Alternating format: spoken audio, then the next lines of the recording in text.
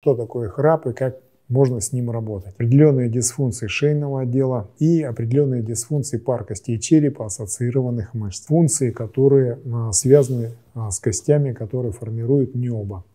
Происходит неправильное положение языка во рту. Язык перекрывает нам естественные пути движения воздуха на фазе вдоха и выдоха. Поэтому с этой проблемой можно и нужно работать совместно с другими специалистами, ну, допустим, ортодонтами, в любом возрасте.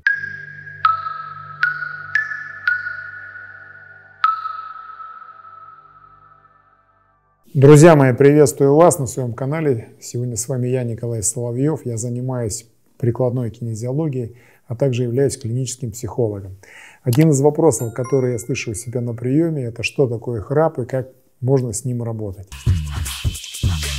Для меня это определенные дисфункции шейного отдела, тела человека, позвоночника и определенные дисфункции пар костей черепа, ассоциированных мышц. Недаром рядом со мной стоит вот такая модель нашего черепа, которая работает именно как некий насос, участвуя в краниосакральном ритме в фазах вдоха и выдоха. На вдохе череп расширяется, на выдохе снижает объем. Соответственно, если у человека нарушен прикус, то есть у него сместилась челюсть в то или иное положение, у него имеются дисфункции, которые связаны с костями, которые формируют небо. Происходит неправильное положение языка во рту. Язык может находиться, как любая мышца, я могу вам сказать, что это тоже мышца человека, как в гипертонусе, так и в гипотонусе. То есть быть излишне напряженным с остальными, вместе с остальными мышцами лица, так и быть в расслабленном состоянии. Соответственно, если человек заснул, во сне уснул, да, язык у него провалился в гортани, соответственно, во сне мы должны расслабиться. Но провалившись в гортань, язык перекрывает нам естественные пути движения воздуха на фазе вдоха и выдоха.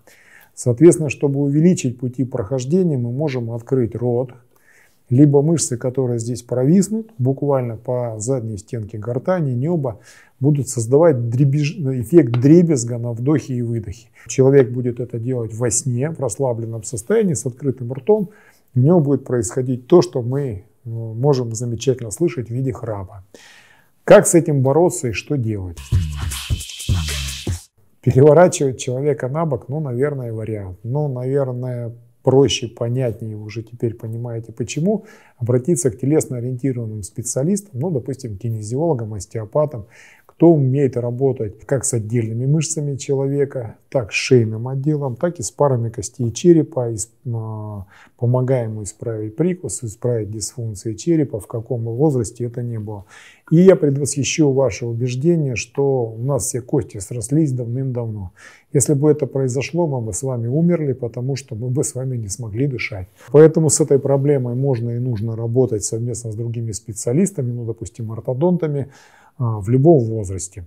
Это моя точка зрения. Мне будут также интересны ваши вопросы и комментарии, поэтому оставляйте их под этим видео. Ну, а с вами был я, Николай Соловьев.